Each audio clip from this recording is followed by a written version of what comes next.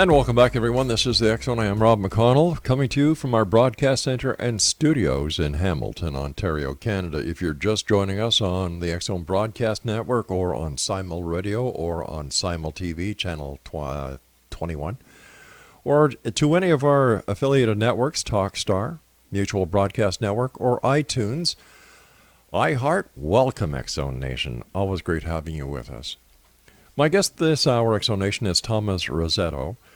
He is one of the freshest voices offering guidance and enlightenment and spiritual awakening. He writes in simple, clear English, and this makes it easy for people to understand these very deep subjects. Thomas has taught a class for the Center for Lifelong Learning through Santa Barbara City College about his book, Living the Paradox of Enlightenment. He has spoken publicly numerous times, both in person and on the radio, and in September 2012, he spoke for the prestigious lecture series Mind and Supermind, which is run by Santa Barbara City College. Graham Hancock selected Thomas as his Author of the Month for March 2012 and again for August 2014.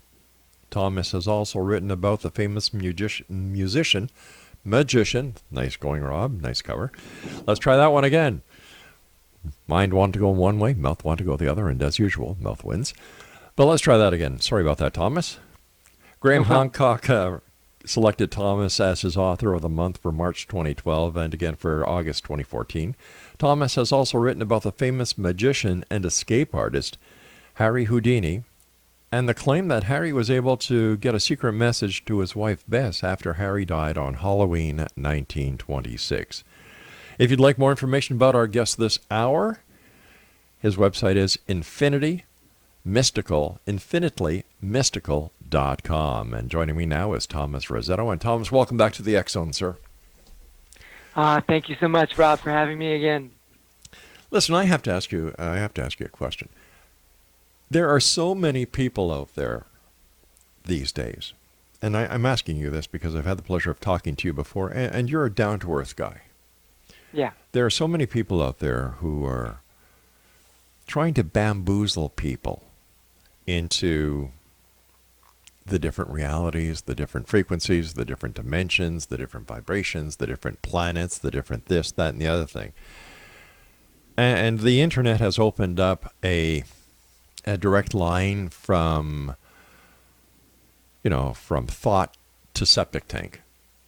How do people who are actually seeking the truth, how do they find it? I mean, besides listening to us here on the X Zone and knowing that how to contact you, but how do people in general find the truth, and how do they dispel the people who are out there who really don't know what the hell they're talking about? Yeah, that's a really, really interesting question, because for myself personally, I get a pretty good read on people. Yeah. But I understand that most people really don't have that ability. And what really helps me, and maybe you being in radio might feel similarly about this, when I hear someone's voice, I start to get a real tune in on who they are as a person, whether they're a selfish person, whether they're a greedy person, or whether they're a helpful person. So when I hear your voice, I can tell that you're a helpful person.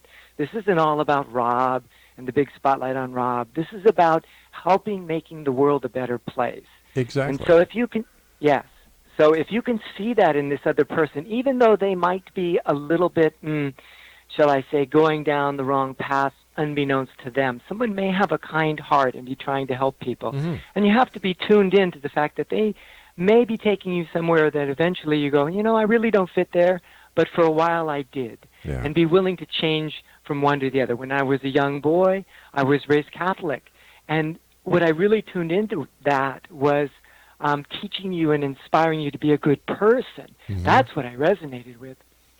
But by the time I became a young adult, there were so many questions in that religion that left me kind of wondering. I think I'll try it alone with nothing. I don't know what I'm going to find, but I'm just going to drop that, and I'm going to try something else. And so it's been a long journey for me in various different ways. And if you want, I'll give you more on that, but that's a good point. Well, let me just say this, and this is coming from my heart. I'm glad there are people like you, Thomas, out there. I'm glad there are people like Graham Hancock out there. And I'm very glad there are other people that I've had the opportunity of having on the show who I know for a fact are out there doing what they're doing to make this world a better place. Yeah. So I thank you for the great work you do, my friend. No, thanks again. Listen, let's get back to the crux of this. Let's talk about the field of spirit communication. You know, why do you find this so interesting? Well, you know, everybody has that burning question. What happens when you die? Is there an afterlife, Yeah. you know? And so, of course, you hear all kinds of stories about all kinds of things. And one of the subject matters is spirit communication through psychic mediums. Yeah. And I remember a man named Dr. Gary Swartz. He's with the University of Arizona. And his book, The Afterlife Experiments, came out, I believe it was 2002. And I remember hearing him interviewed by Art Bell way back then, you know. And I thought, you know, this is a pretty interesting guy. He's very scientific. He wasn't a believer. He had some experiences. He put things in the laboratory, and he changed his mind. So I'm going to go get his book out of the library and read the thing. And I read it, and you know, this guy has a Ph.D. from Harvard. Yeah, he's got a real psychology. Yeah, he's got a real PhD. He just didn't go on the internet, pay $100 and some odd bucks and get it. Yeah. Exactly. This is not a store-bought PhD. This is a real PhD. And he went on to be a professor of psychiatry and psychology at Yale. And he had some other responsibilities at Yale, too. So this guy is no slouch. He's no dummy. He's hardworking. And I don't think he's pushing an agenda. So when I read that book, I just found it very convincing that there is the possibility, it certainly doesn't prove that there aren't fakes, but there are real people that are working as mediums and getting in touch with spirits. So as a believer, the Houdini case, give us your take on that. Yes, as a believer, it's easy to say that the Houdini case is just going to be one among many. You know, so it's not trying to make the Houdini case the first breakthrough case. Like, this is it, boy, it's locked down. You're really going to get the nuts and bolts, and you know, it's really going to be tight. No, but if you already believe in spirit communication, you can go, you know what? I bet this thing worked. Let's look at the evidence, both pro and con. But the Houdini case really isn't that clear, is it?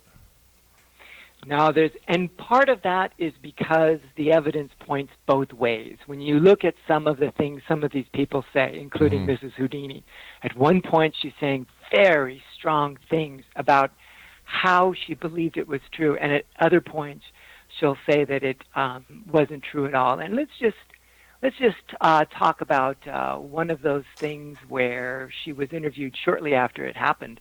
By one of these newspapers. Let's see what it is.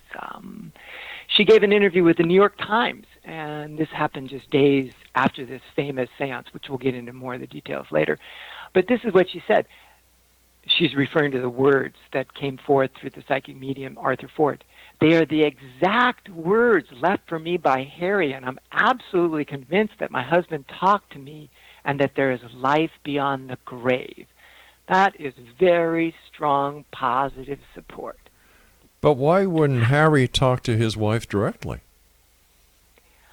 Because she doesn't have the psychic ability to communicate with those on the other side. So she's going to need a medium to work in between. But she did later try to do that.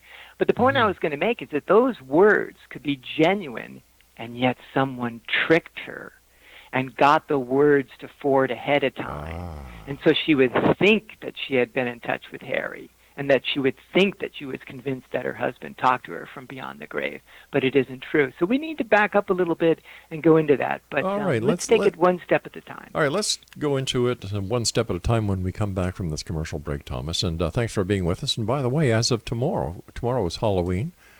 82 years ago, Houdini passed on. Wow. We'll be back on the other side of this commercial break with our guest of this hour, Thomas RAZZETO. And his website is infinitelymystical.com. And this is the X Zone, a place where people dare to believe and dare to be heard. It's a place where fact is fiction and fiction is reality.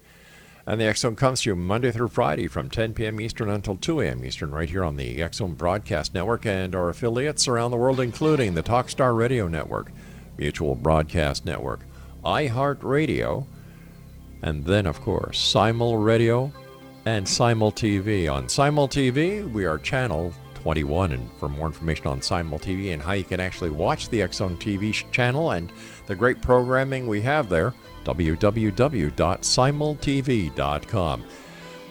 Thomas and I return on the other side, continuing our story on Harry Houdini. Don't go away.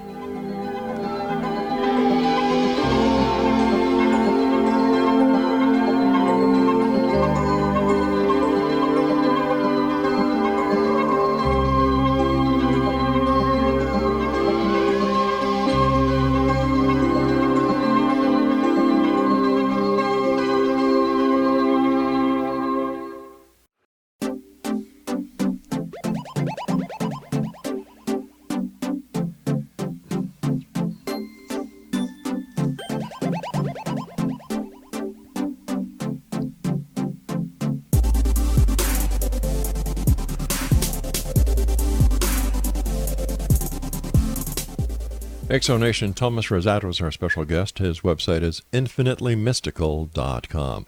All right, Thomas, let's get back to Harry Houdini, because I would say 99.95% of all our listeners know about Harry Houdini. And you know, being here in Ontario, I go down to Niagara Falls quite often to see our daughter, who's a manager of a property down there, a hotel. And we always stop by, especially around Halloween, to the Harry Houdini Museum down there. And why do you think 82 years later after he passed on, he's still very popular? That is quite remarkable. Well, first of all, he's an incredibly colorful personality, very much a showman. And I had no idea that he was actually, at the time that he was alive, at the peak of the activity, which I think was all the way up until he died, he was considered the #1 entertainer in the world, the highest paid entertainer in the world.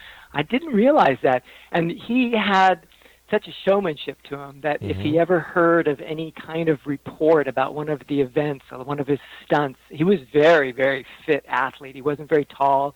He was very strong, though. Was an excellent swimmer. He could dislocate his shoulders to get out of those straitjackets and things. You know, he could use his toes like fingers. So he would be able to do all kinds of phenomenal things, but sometimes the reported story would be even more phenomenal than what actually happened. And he said, when that happens, always be sure to report the more phenomenal thing. So he always took advantage of really good press. So, you know, we were talking before we went to the break about how his wife was with a medium, and the message that the medium gave her was basically word for word on what the message was that Harry said that he would send her from the other side, and she was convinced that it was in fact a communication from Harry, just to find out that it was basically a sham, because the medium already knew what the secret message was. Were there any other cases like that where people tried to fraudulently work their magic to prove that there was communication from the other side, or that anything that would influence Mrs. Houdini? Well, I don't think that Arthur Ford actually had the message ahead of time. I think he did get it through spirit communication, but I can't prove it. But the kind of the bridge between Arthur Ford and Bess Houdini, his wife, first started to come together in around 1928, when Harry's mother had also passed away. She had passed away in 1913. And the spirit of Harry's mother barged into a session that Arthur Ford was doing with his own clients. Now, Arthur Ford already was a reasonably well-established psychic medium and had a practice, and people would come to him, and he wasn't looking for attention. And another point is that Harry Houdini and his wife, they were not believers. And it wasn't just that they weren't believers. They were very vocal about the fact that spirit communication was fraudulent. However, when the mother passed away in 1913, Harry did give a genuine effort to try and find psychic mediums that would be able to bring her messages to him. And he was looking for one word. Before she passed away, they had a conversation that if they were to be able to communicate over this this barrier between the spirit world and the physical world, that she would bring the world forgive. And so Harry went to these psychic mediums to see if anyone would bring her spirit forward and this one-word message, forgive, which wasn't encoded in any way. And he met with psychic mediums that were all frauds. They all researched the subject ahead of time, found out little pieces that they could put on the table and make it seem like they were getting this material from psychic means or spiritual means rather than from ordinary investigative means. And this got Harry mad, because it wasn't just that they were tricking people, it's that these guys were actually trying to cut into, on occasion, people's inheritances when loved ones passed over. So he started to engage in a really strong expose of these fake mediums. I don't know if you want to talk more about that, but we can. Oh, sure, please, yeah. Yeah. What he would do is he would have these assistants, and these mediums were traveling mediums. They would travel around, because if you just sit in one spot, you're going to burn out, right? Yeah, exactly. You go to new places, get fresh people to come to your sessions. So they would come to town, and he would send his assistants out and say, go check out the show and see what's happening, and then we'll find a spot in the show where, the lights will be down low, but people can still kind of see, and the medium is supposedly levitating some object through the air, or some kind of trick that when the lights are unexpectedly turned on, that a photographer can take a picture and the medium can be exposed as a fraud. Once they found a spot in the show that would fit, Harry would show up, but he would wear a disguise because he was very well known. He would show up with a disguise and a photographer from a newspaper, and they would get the guy that controlled the lights in on their side, and at that particular point in the show, they would turn on the light, and everyone would see that the guy was a fraud. The photographer would take a picture, and the medium would go, what's going on? Who are you? And he would take off his mask, and he would announce, I am Harry Houdini, and it was quite the show. But these guys, I think, these fake mediums, I think they communicated amongst themselves, and they kind of started to say, hey, this Houdini guy, man, he's really raining in our parade, so what we need to do is get him to back off. And I think that they might have, I have no real proof, that they might have actually paid this young collegiate boxer to actually punch Harry Houdini in the stomach that time when he was up in Canada. And I think they were trying to say, just back off, Harry, man. We're not messing around with your stuff. You get out of our way, and everything will be fine. And they just wanted to rough him up. But that's just my thought. But how did that work for them? What do you mean? Yeah, like we all know that, that punch was ultimately the cause of the death of Houdini. But do you think that charlatanism still reigns today in the world of psychic mediums? I think so. And as Harry would do, he would, and his wife together, would have shows where they basically just said, look, we're going to do a seance, but we're not doing anything supernatural. But we're not going to show you how these tricks are done. We're just going to tell you right up front, nothing supernatural is going on. And they would replicate many of these things that people see. So he was trying to educate them and say, don't be so gullible. Just don't be so gullible. We used to go, when the X Zone started 20-some-odd years ago, my God, we'd go to psychic fairs on live remotes. We do the show from these events, and of course, fun. we'd also be promoting the radio station that we were at the time. But I stopped doing that because, at a psychic fair, if anybody has never been to one, please don't. You're just going to waste your money. What they do is they usually go into a long hall and they put tables along the outer rim of the walls. And then in the middle of the hall, they have what they consider to be the premier psychics. And I would see people go from one psychic to the next, to the next, to the next, to the next, and then they'd stop and leave. It took me a couple of these events to figure out what was going on. They would go from psychic to psychic to psychic to psychic until they heard what they wanted to hear. And once they heard what they wanted to hear, they left. There was an occasion on this show, oh my God, it had to be 12, 14 years ago, where a medium came on, and she said, Rob, I've got a message for you from your sister. Can I talk to you about it on air? I've got nothing to hide from my audience, so I said, sure. Yeah. She said, Rob, your sister is telling me that she loves you, she misses you, and to know it's her. She is tall, she has blonde hair, blue eyes, and she is your younger sister. And you miss her, and this and that and the other thing. And I let her go for about 5 minutes. And then I said, I've got some good news and some bad news for you. I said, the good news was, it's a great story. The bad news is, I don't have a sister. Yeah. Yeah, it's... Bang. Yeah, this is a really psychic... I took a class in parapsychology when I was here at the university in Santa Barbara. And I was a little surprised. I didn't realize it at the time, but the teacher actually was a visiting professor. He's quite well known. I forget where he was from. But anyway, we used a textbook. And in there were certain experiments that they talked about. And one of them was mind over matter. You know, the little balls that you drop down from the top, and it would hit a little peg, and it would go to the left or the right and the left and the right, and it would keep hitting more and more pegs. And you were trying to make all of them go to the left or all of them go to the right. And, you know, the results of this are always statistical. You can't say, oh, there's the effect, you know, because it could have, by pure chance.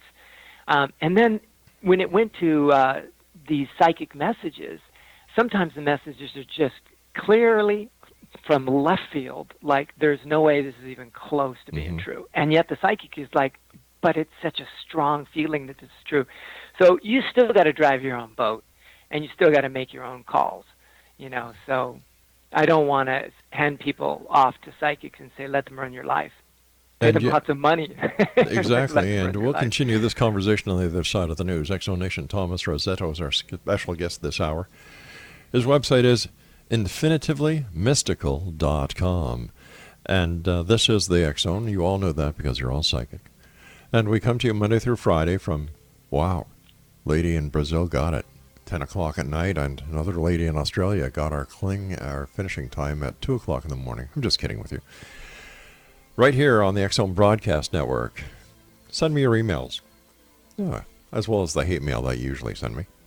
Xzone at xzoneradiotv.com, and Thomas and I will be back as we continue investigating the world of the paranormal and the science of parapsychology right here in the X Zone from our broadcast center and studios in Hamilton, Ontario, Canada. Don't go away.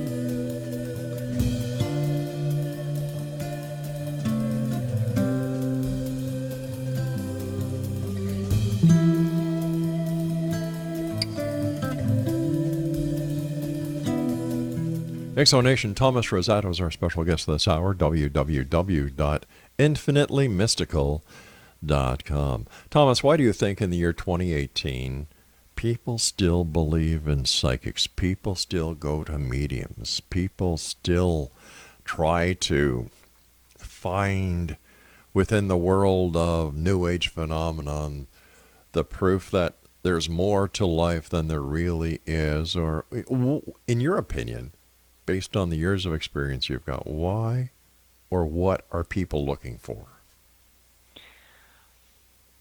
They want relief from their suffering, their emotional suffering, or they want some kind of guidance if they feel lost. Like they've lost a loved one, it would be the first case, but if they're, you know, marching down their life one step at a time and asking, is this all there is? They might want a little bit of direction. And there might be some benefit to some psychics. I haven't used psychics, but I have been around psychic mediums. I've been around trance channels the most.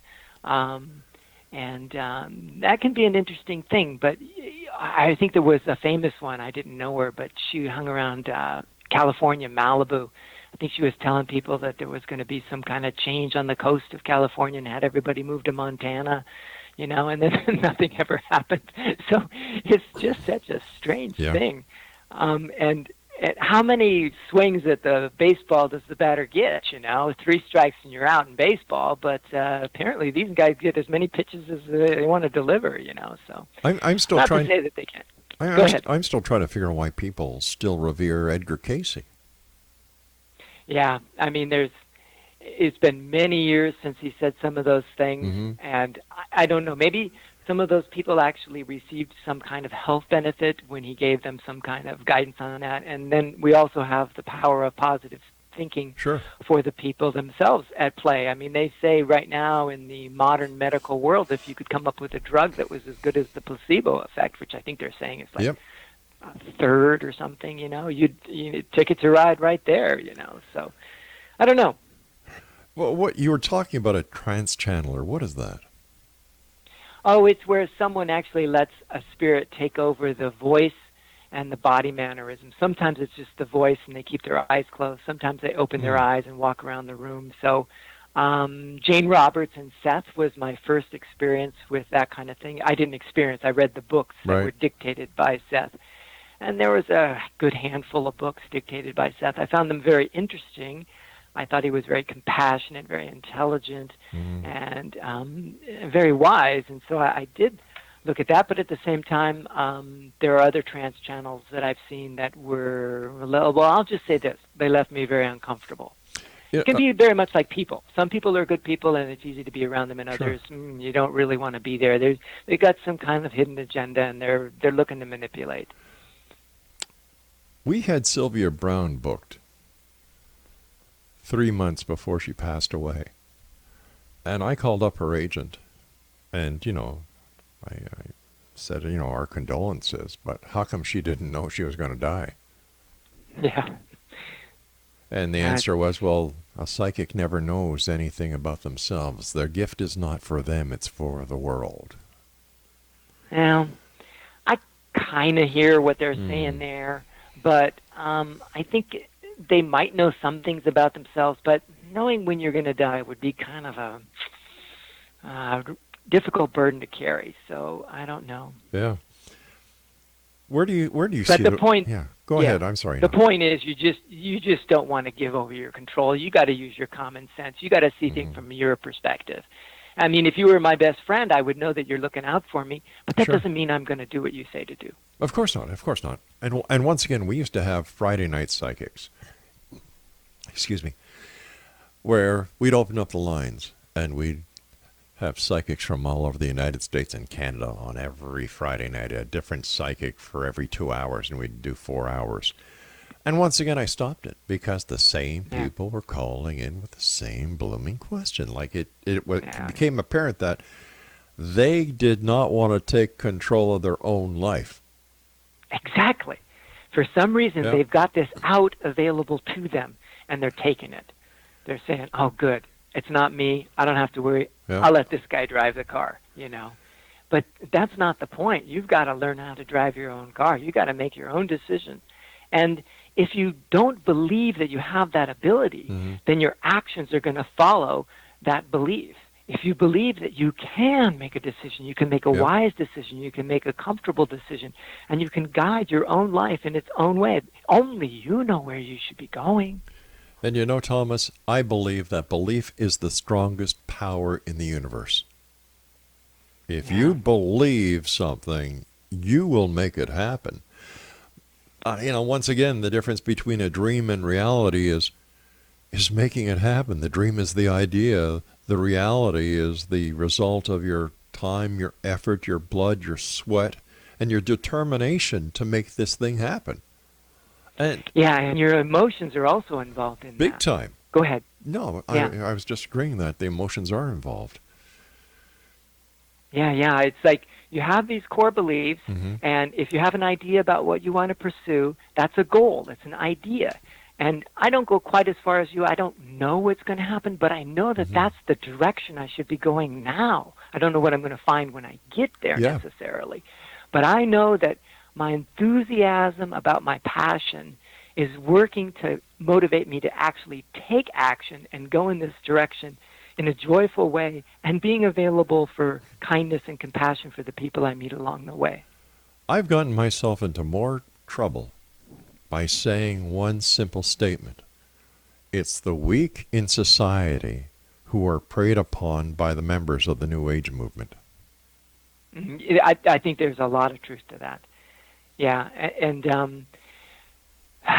the New Age movement has, in my opinion, distorted some of these things that get offered by sincere teachers, and they'll stretch them, and they make them much more palatable, much more marketable, much more seductive, I think is a better word for it.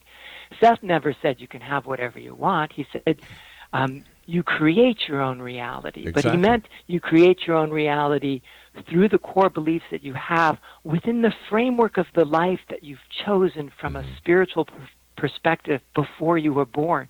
So there's a certain theme that you're living out.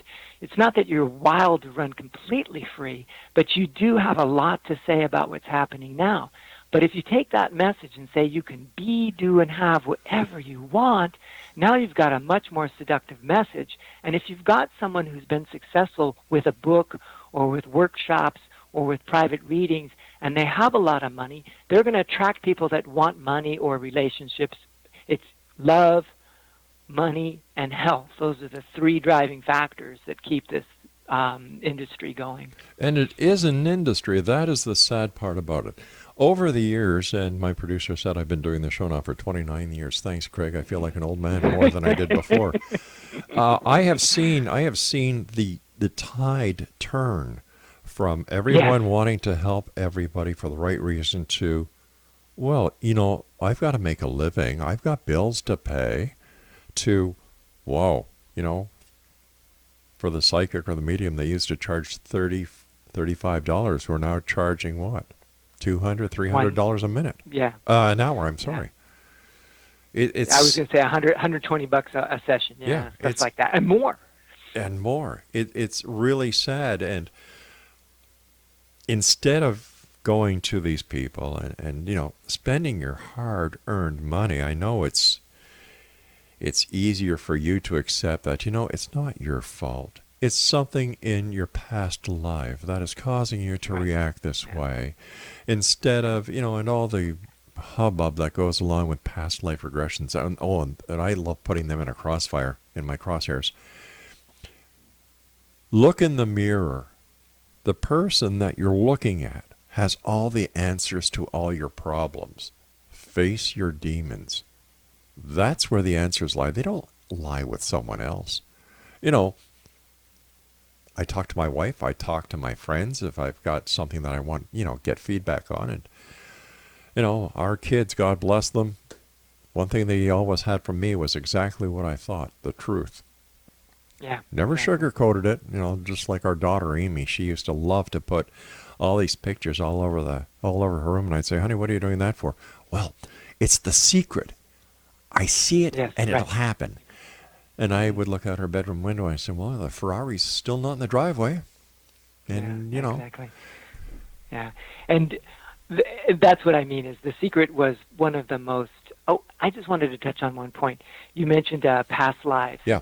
And people saying it's something in my past life. This keeps them as a victim. It takes away them seeing themselves as responsible. And I don't want to blame the victim. I just want to point out that you are not the victim of your beliefs. You are the chooser of your beliefs. This is where your liberation is. Well, okay. Anyway, we're going to take our final break, my friend, and it's always great talking to you. Thanks very much for sharing your time with us tonight. Okay, that sounds good. All right, Thomas, we'll be back on the other side of this break. Exonation, if you'd like more information about Thomas, his website is infinitelymystical.com, and we'll both be back on the other side of this break as we continue here in the X Zone from our broadcast center in Hamilton, Ontario, Canada. And don't forget, for all those people who crash and burn here on the show, they get a place of honor and distinction. They love the internet so much that I have designated, and I have for a number of years now, a place where their name shines in the stars. It's called the X Zone Order of Woo-Woos, and that's www.xzoneorderofwoos.com. We'll be back on the other side of this break. Don't you dare go away.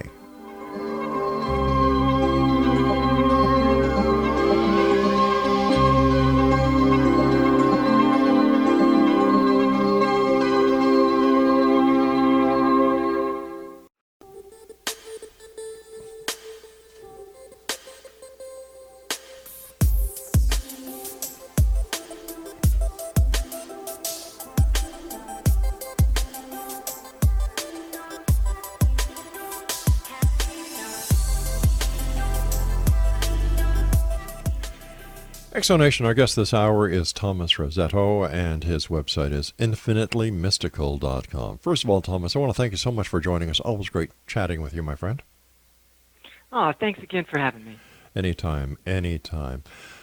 We were just going to start something on the other side of the final break, and I stopped you, and old age is here. I can't remember what it was going to be. Well, we were just touching on the fact that The Secret is probably one of the best packaged and distributed, with a streamed DVD book, a book that was, I'd never seen a book that was physically like that. I mean, the production values on that book were just off the hook, and it's all adding to this seductive, you can be, do, and have whatever you want, and all you need to do is think about it, and have these visualizations and these other tools that they talk about. And there are some important things about the creative process, but this is not it. The most important thing about the creative process is to always be monitoring your emotional state of being and to do your best at being as happy as you can be most of the time, as kind as you can be most of the time, as peaceful as you can be most of the time. And that's really an important thing. From that comes your action, and from that will come your circumstances. That's the way I see it. Yeah, I see it that same way. So what are you working on now, Thomas? I wrote this book, Living the Paradox of Enlightenment. It actually first came out about 5 years ago. And recently I released a second edition. And so I just polished that up a little bit, and I'm promoting it. And I really have to tip my hat to my mentor, Timothy Conway, who moved away from Santa Barbara. And so we were having weekly meetings, not just him and I, but he had a small group that would meet. And I would go to those, and that's where I got a lot of the things that I put in the book. And then I have another long chapter that also draws from the work from Bashar and Seth. Seth is channeled by Jane Roberts, and Bashar is channeled by Daryl Anka. So anyway, I have a little bit different take on this stuff. So some people are a little confused when they encounter my work, because it's like, what are you doing, man? I mean, we can't be, do, or have whatever you want. Normally I would just throw you in the trash, but maybe you have something intelligent to say about this subject. So I'm working on that. It's pretty remarkable that people really believe that you can get without working for it. That just blows my mind. All throughout my life, nothing's come easy. Nothing comes easy in life. There's been struggles, there's been hard times, there have been failures. Mind you, whenever there's a failure, I always have looked at that as a lesson to success. Yeah. You've got to learn that lesson. And if you don't have the ability to learn that lesson and to get, to find out what the problem is, it's just like that circle of that little hamster's cage, the wheel's going around, but the hamster's been dead for 2 years. You need to understand or look at why it failed and what you can do to fix it, and then go forward. But so many people today just get to that wall or have that failure and, I failed, I can't do it. I feel bad for those kind of people. Yeah, and Rob, you know what? When that failure happens, if they also throw in a really strong, charged, negative emotion, that's going to reflect back. So if you see a so-called failure, and you can look in my life, most people would look at many things in my life and go, oh, failure here, failure there. But if you look at those things without having that strong, negative emotional charge, saying, okay, I'm here right now, I'm not condemning what's happening, I'm going to emotionally accept what's happening, but I'm not going to keep it. I'm going to work on changing it. So that's a big difference. You're going to emotionally accept it, but you're going to work on changing it. That's really important. For our listeners who may not know who Seth is, I would like it if you could, because we've talked about Seth a number of times this hour, and then it just dawned on me, well, there are listeners that we have now that we didn't have the last time you were on. And they may not who Seth is. So please share with our audience the story of Seth. I found out about this in around 1980, but the books were originally released around 1970. A little bit before that for a book that wasn't fully dictated. But a woman named Jane Roberts and her husband, Robert Betts, were living in New York, and for some reason they started fiddling around with an Ouija board. They didn't believe in spirit communication. This board started to move messages around, and it progressed to the point where they weren't using the board and the pointer anymore, and she was just talking. And you can actually go on the internet, YouTube, and put in Jane Roberts and Seth, and you can actually see video. Now, of course, it's going to be black and white, fairly low quality, but you'll be able to get the mannerisms of Seth. You'll be able to tune in whether or not this is a match for you or whether you want to deal with any of this. But these books started to be dictated that were long. I had trouble reading these books. I had to put my thinking cap on to read these things. I know other people that said that they just gobbled them up in a flash, but I'm not a very fast reader to start with. But I really had to put my thinking cap on. So Seth dictated these books through Jane Roberts, and they were published mainstream. They sold millions and millions of copies. And I think she passed away in around 84.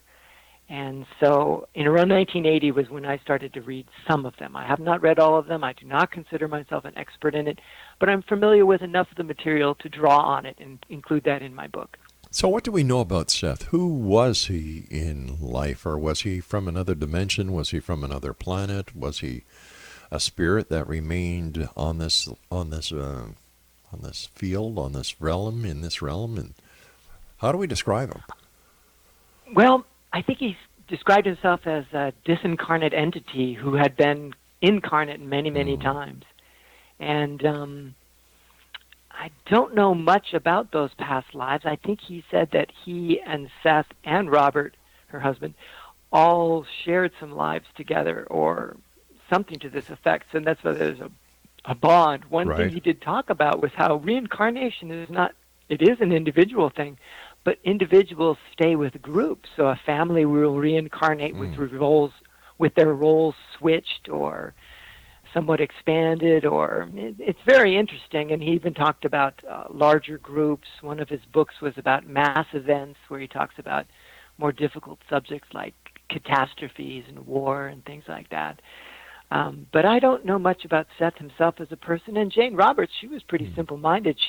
I shouldn't say simple-minded in the sense of not very smart, but she was just focused on her work with that, and she did her own writing. She did some poetry and some other writing. And they were simple people, I think is what I'm trying to say. They just worked on this. They lived in they weren't very presumptuous. They just did their work. And people would really put themselves out to go and visit some of these sessions. And there's some people that you can find that are promoting this work much more heavily than I am. They're much more of an expert. They've read the books. They give workshops on it, things like that. So you can find out a lot. What is your take on reincarnation? Some of the most interesting reincarnation stories that I read about came through Ian Stevens. I believe it's even Ian Stevens. It might be Ian Stevens' son. I always get that confused. And he is retired, and he's been followed up by Jim Tucker, who they had worked together, and he handed off the reign of the work. But some of the stories that they tell are just remarkable. And a young child, 5 years old, remembering being a Navy pilot on an aircraft carrier in World War II, and remembering the names of his friends and the name of the ship, and the parents not knowing how to handle this story, and but working with the son and taking him to actually meet some of the people that were on the aircraft carrier. And these stories are very interesting to me because they seem to have very specific memories. And it also seems to be healing for them when they clear these memories and go, that is not who you are now. Because there was a lot of fear with this young 5-year-old boy about he would wake up at night with a nightmare, being in an airplane on fire, crashing, Wow. And so the healing came when he realized that this isn't happening to him now. So there are many other stories about that. Sometimes people find out that the way they died was very traumatic and was leading to alcoholism in this current life. And once they recognized this linkage, they could let go of that causal factor, and they no longer had problems with alcohol. Listen, the time is coming very close where you and I must say so long. So first of all, thank you so much for joining us tonight. It's always a pleasure talking to you, Thomas. And like I said to you during one of the breaks, we'll have to have you on more often. But let our listeners know about your new book and how they can get a copy of it. Amazon.com, Living the Paradox of Enlightenment. And my name again, Thomas RAZZETO. And the website, infinitelymystical.com. There's a lot of free essays on that website. You'll find out from reading those free essays if the book is a good match for you, and so that'll make it really easy for you. Thomas, do me a favor. Take care of yourself and keep the great work up that you do. Thanks so much for having me on, Rob. You take care, my good friend. And Exonation, if you'd like to find out more about Thomas, he's got a great website. He's a great author. Visit www.infinitely, I'll get this right yet. My God, poor guy. He's probably saying, what the hell's wrong with him tonight? infinitelymystical.com. This is the X Zone. I am Rob McConnell, and I'll be back on the other side of this commercial break as we continue here in the X Zone from our broadcast center and studios in beautiful Hamilton, Ontario, Canada. Don't forget, you can get your complimentary copy of the X Chronicles newspaper each and every month with my compliments and the compliments of our advertisers at www.xchroniclesnewspaper.com. That's XCHRONICLES newspaper.com.